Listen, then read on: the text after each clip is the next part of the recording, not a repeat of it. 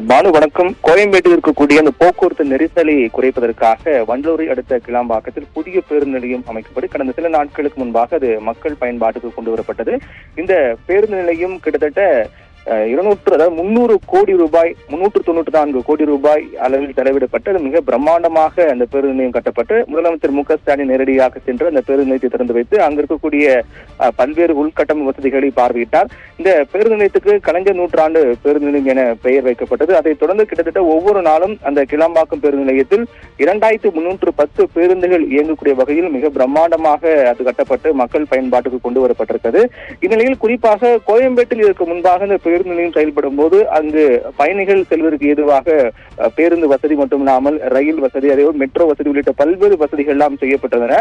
ஆனால் அதே கிளாம்பாக்கம் எடுத்துக்கொண்டால் அங்கு செல்வதற்கு பேருந்து ஒரு போக்குவரத்தாக இருந்தாலும் கூட ரயில் போக்குவரத்தை பயன்படுத்தக்கூடிய மக்கள் தாம்பரத்தில் இருந்து வண்டலூரோ அல்லது ஊரப்பாக்கமோ சென்று அங்கிருந்து மீண்டும் அல்லது பேருந்து பிடித்து இந்த பேருந்து நிலையத்துக்கு வரக்கூடிய சூழல் தான் ஏற்பட்டது. நேரடியாக கிளாம்பாக்கத்தில் ஒரு பேருந்து நிலையம் இல்லை, ஒரு ரயில் நிலையம் அமைக்கப்பட வேண்டும். ரயில் நிலையம் எதுவுமே இல்லை. அதாவது தாம்பரத்திலிருந்து செல்லக்கூடிய பயணிகள் வண்டலூர் ரயில் நிலையம் அல்லது அதையும் தாண்டி இருக்கக்கூடிய ஊரப்பாக்கம் ரயில் நிலையத்துக்கு தான் செல்ல வேண்டும். அங்கிருந்து இறங்கி பேருந்து பிடித்து மீண்டும் இங்கு வர வேண்டும். இப்படிப்பட்ட ஒரு சூழல் தான் இருக்கின்றது.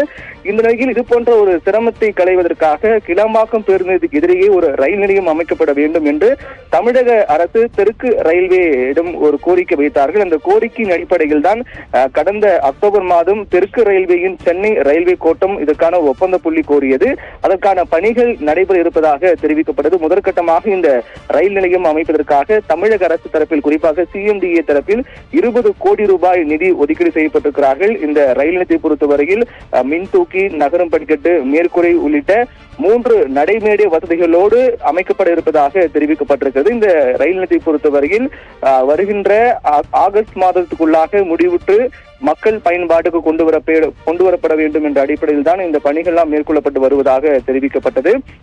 அதற்கு முன்னதாகவே பொதுவாக அந்த பகுதியில் பொதுமக்கள் நேற்றைய தினத்தில் கூட போராட்டங்கள் மேற்கொண்டார்கள். அந்த கிளாம்பாக்கம் பேருந்து நிலையம் இருக்கக்கூடிய பகுதியை சுற்றி பல்வேறு தனியார் பள்ளிகள் செயல்பட்டு வரக்கூடிய காரணத்தால் அங்கு வரக்கூடிய குழந்தைகள் மற்றும் அவர்களை கூட்டிக் கொண்டு வரக்கூடிய பெற்றோர்களுக்கு மிகப்பெரிய சிரமம் ஏற்படுவதாகவும் ஒரு பாதுகாப்பு இல்லாத சூழல் காணப்படுவதாக குற்றச்சாட்டை முன்வைத்து நேற்றைய தினத்தில் போராட்டம் மேற்கொண்டார்கள். அப்போது அந்த பேருந்துகளை சர்வீஸ் சாலையில் விடக்கூடாது, நேரடியாக இந்த GST சாலையில் விட வேண்டும் என்ற கோரிக்கை முன்வைத்தார்கள். அது குறித்து பரிசீலிப்பதாக காவல்துறை தெரிவித்ததை அடுத்து அந்த போராட்டமானது கைவிடப்பட்டது. மேற்கொண்டு வரக்கூடிய நாட்களில் மேலும் அதிக கூட்ட நெரிசல் அல்லது போக்குவரத்து நெரிசலை தவிர்ப்பதற்காக இந்த ரயில் நிலையம் அமைக்கப்பட வேண்டும் என்பதுதான் நீண்ட நாள் கோரிக்கையாக இருந்தது. அதாவது இந்த பேருந்து நிலையம் அமைக்கப்படும் போதே அந்த பகுதியில் ஒரு ரயில் நிலையம் அமைக்கப்பட வேண்டும் என்று தெரிவிக்கப்பட்டது. அதனுடைய கோரிக்கை ஏற்றுதான் தற்போது இந்த தெற்கு ரயில்வேயின் சென்னை ரயில்வே கோட்டம் இதுக்கான ஒப்பந்த புள்ளி கூறியிருக்கிறார்கள். அதற்கு முதற்கட்டமாக தமிழக அரசு தரப்பில் 20 கோடி ரூபாய் நிதி ஒதுக்கீடு செய்யப்பட்டிருக்கிறது.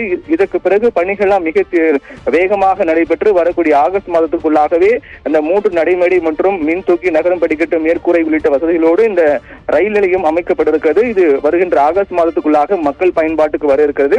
இப்படி மக்கள் பயன்பாட்டுக்கு வரக்கூடிய நிலையில் தாம்பரத்திலிருந்து வண்டலூர் மற்றும் ஊரப்பாக்கம் இடையே இந்த ரயில் நிலையம் அமைக்கப்படக்கூடிய காரணத்தால் கூடுதலாக ஒரு ஸ்டாப்பிங் இருக்கும். அந்த வண்டலூருக்கு பிறகு இந்த கிளாம்பாக்கம் ரயில் நின்று அதற்கு பிறகு ஊரப்பாக்கம் செல்லும். அப்போது இந்த கிளாம்பாக்கம் பேருந்து செல்வதற்காக வரக்கூடிய பயணிகளுக்கு இந்த ரயில் நிலையம் என்பது மிகுந்த ஒரு வரவேற்பு பெற்ற ஒன்றாக பார்க்கப்படுகிறது. பானு, விவரங்களுக்கு நன்றி பிரவீன்குமார்.